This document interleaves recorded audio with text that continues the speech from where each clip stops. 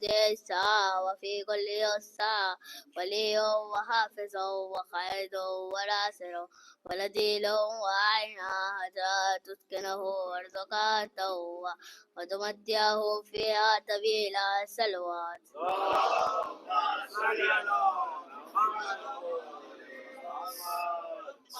سورہ مبارکہ کی نساء کی 96ویں آیت اللہ کے کلام میں معاشرے کے سماج کے ایک اہم ترین مسئلے پر رہنمائی عطا کر رہا ہے. خالق کا کلام قرآن اور مخلوق کا کلام نہج البلاغہ، یہ دو ایسے کلام ہے جو وقت کے محتاج نہیں ہیں، وقت ان کا پابند ہے. میں اور آپ سورہ دیکھ کے چلتے ہیں مگر علی کو دیکھ کے چلتا ہے سلوار.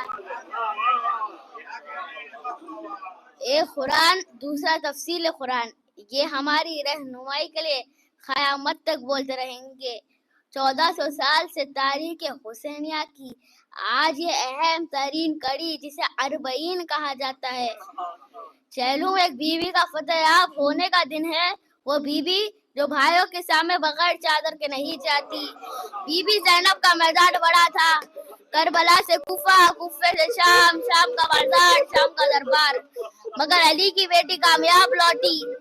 شام میں ایک مرتبہ یزید نے مولا سجاد سے کہا، میں نے آپ کو آزاد کیا ہے، آپ واپس مدینے چلے جائیے، یا رہنا چاہے تو میں مکان دے دیتا ہوں. مولا سجاد نے کہا، مجھے کچھ نہیں چاہیے، مجھے اپنے شہداء کے سر واپس دے دو، اور جو تبرکات لوٹے تھے وہ تبرکات بھی واپس کر دو. اتنے میں شہداء کے سر آئے، اور آپ جانتے ہیں نا تبرکات میں کیا کچھ آیا تھا.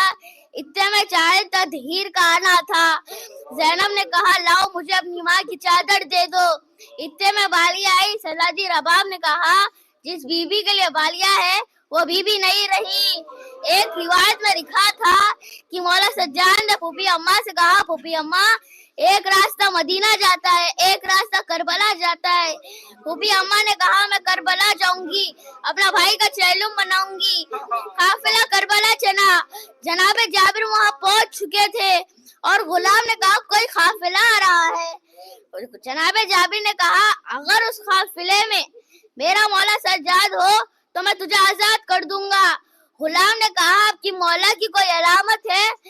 جناب جابر نے کہا، میرے مولا 24 برس کے ہیں، بڑے جوان ہیں، بڑے خوبصورت ہیں. تو غلام نے کہا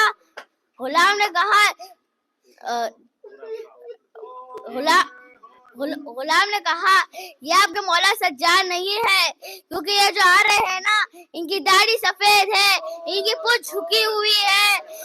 ہر بیٹا چاہتا ہے کہ فرصت ہو، مگر نہ کسی نے فرصت دیا، نہ کسی نے گلے لگایا. کربلا میں واقعے میں مولا سجاد کسی اپنے کو تلاش کر رہے تھے.